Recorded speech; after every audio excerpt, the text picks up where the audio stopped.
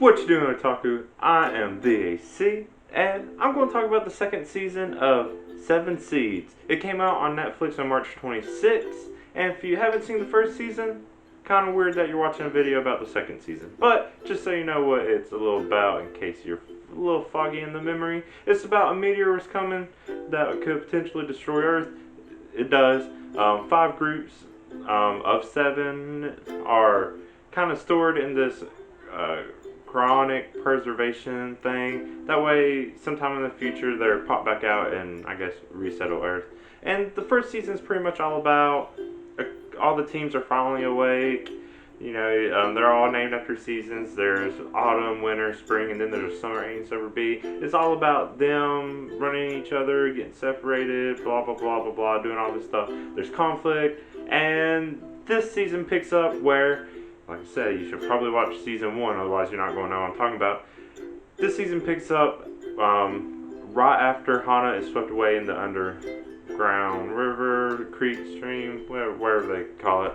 And the group is kind of debating and arguing about that, and it leads to Ongo and Ryo being exiled.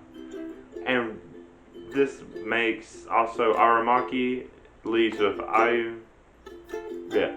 To go look for Hana. He thinks his dogs can pick up the scent, so he leaves too, separately from those two. But really, this whole season kind of revolves around Ongo and Ryo. So what happens is, pretty much right away, those two run into the summer bee. And it's kind of funny, because summer bee is so carefree. If you remember, they have a boat that they were sailing around with, but they stopped their dock because they got stuck.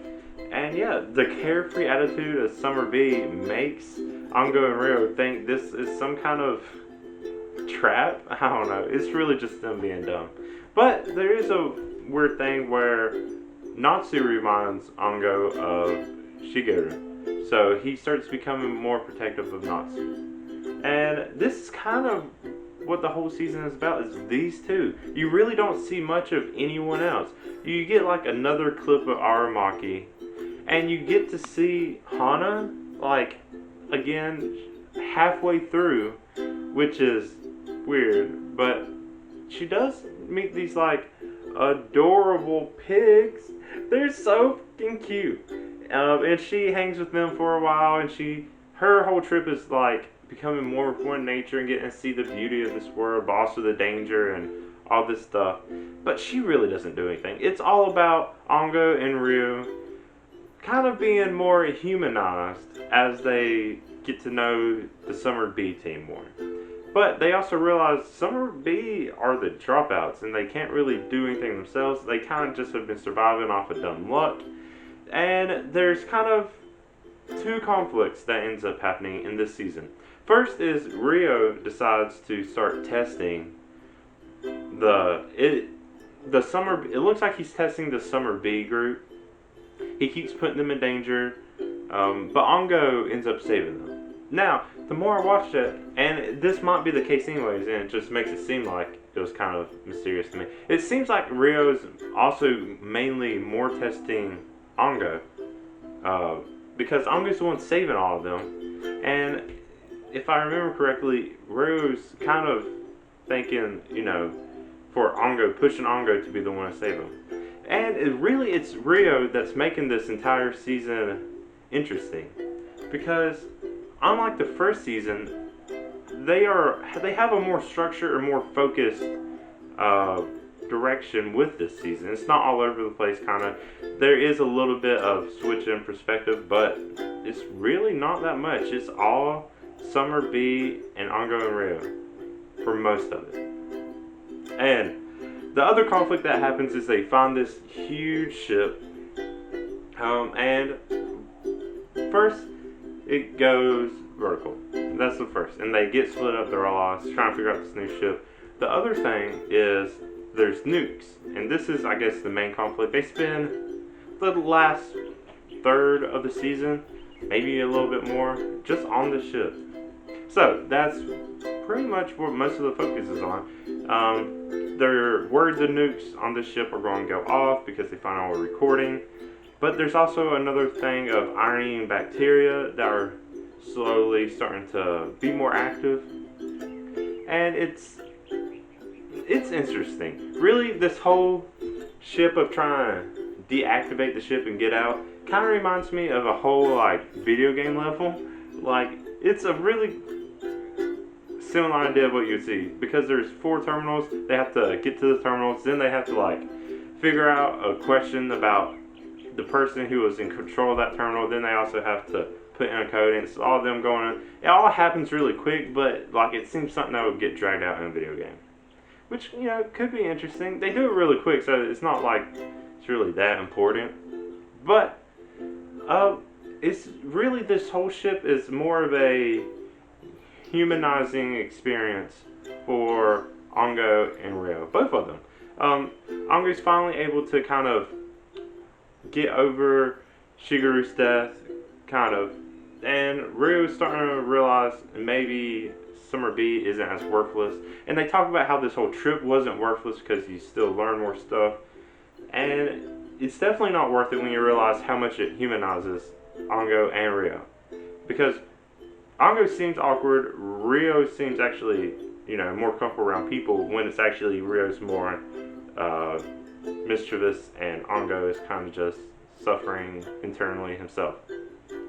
There was an interesting quote though that Shimaru says at one point, and it's people are at their happiest when they feel regret.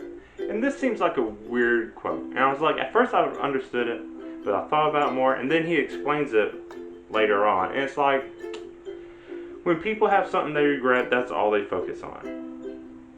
And, you know, they kind of don't have to worry about anything else. But when people are trying to get themselves back together, collect themselves, get back out there, that's when it's hardest, and that's when you're going to feel like you're struggling more. When you're full of regret, you're just kind of in self-pity, you're just all about yourself, nothing else matters. And I guess, but is that really happiest? I don't know. That's weird. And I think maybe that's just a weird translation from English to Japanese. I don't know. Now, I'm not really going to spoil everything that happens in it. If you watch, it's probably already spoiled. I mean, I gave some like, this is what's going to happen. There's a lot that actually happens, but I cannot go without saying how the situation actually gets resolved, because it's so funny. So it's the power of the beauty of natural woman. And I don't know. Okay, so Natsu's on her period, and you know, there's these iron-eating bacteria. So blood has a lot of iron in it. So apparently, since Natsu's been traveling around, all these bacteria have been following her around, and it ends up spreading throughout the ship, that it ends up deactivating all the nukes and everything else. And I was like, I really want to try to make this video without spoilers, but then this is just, it's such a funny conclusion, because that's kind of how the season ends. And it's like, wow, really? You say it's like, I don't know, I guess it should be poetic, like a woman's period saving post-apocalyptic Japan. But it's just kind of funny. It's really weird. But yeah, besides that, that's kind of the gist of the story. I like how focused it was, and how it can focus more on these, you know, more troubled characters, even though, you know, they were kind of the dicks of the previous season. But I also did want to see more of what was going on in the other camps. I don't know, they like showed glimpses of them, but not enough to actually learn anything from them. I don't know, overall it really feels like this was a half season. Like, this would be the first half of the season to get to know Ongo and Ryo better and make them better characters, and then push forward with more. But the season just kind of ends right there, and it's like, okay, we had this one thing happen, but not really anything else. I don't know.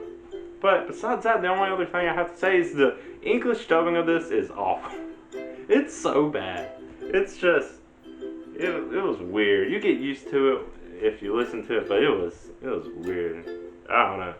I should have watched it in subbed, but it's easier watching dub because I can do other things and I don't know, it's weird. But the show itself, I'm enjoying. The show is great. I was really looking forward to the second season after where the first one left off because I loved the first season. It was awesome. I love apocalyptic stuff anyways, so this was right up my alley. But what do you think? Have you seen Seven Scenes yet? Seasons 1 and 2? They're both on Netflix. I really like it. It's probably my favorite Netflix anime. But yeah, if you haven't seen it, go ahead and watch it. But if you like what I have to say about anime, go ahead and like this video. If you want to see me talk more about anime and all kinds of other stuff, subscribe to my channel. But until then, I'm DAC. Thank you for watching and bye.